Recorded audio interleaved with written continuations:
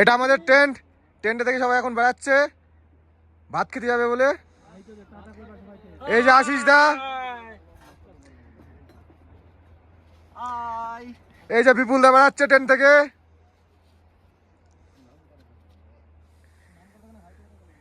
এই যে নির্মল দা টুকি মারছে ভেতর থেকে।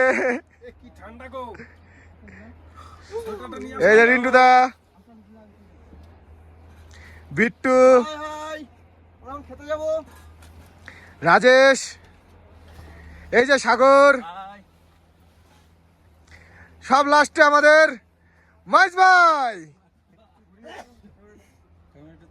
আরো দেখো আমার বাবা কা মন্দির, ও দেখো। এই যে আমাদের টেন্টের পাশের ভিউ।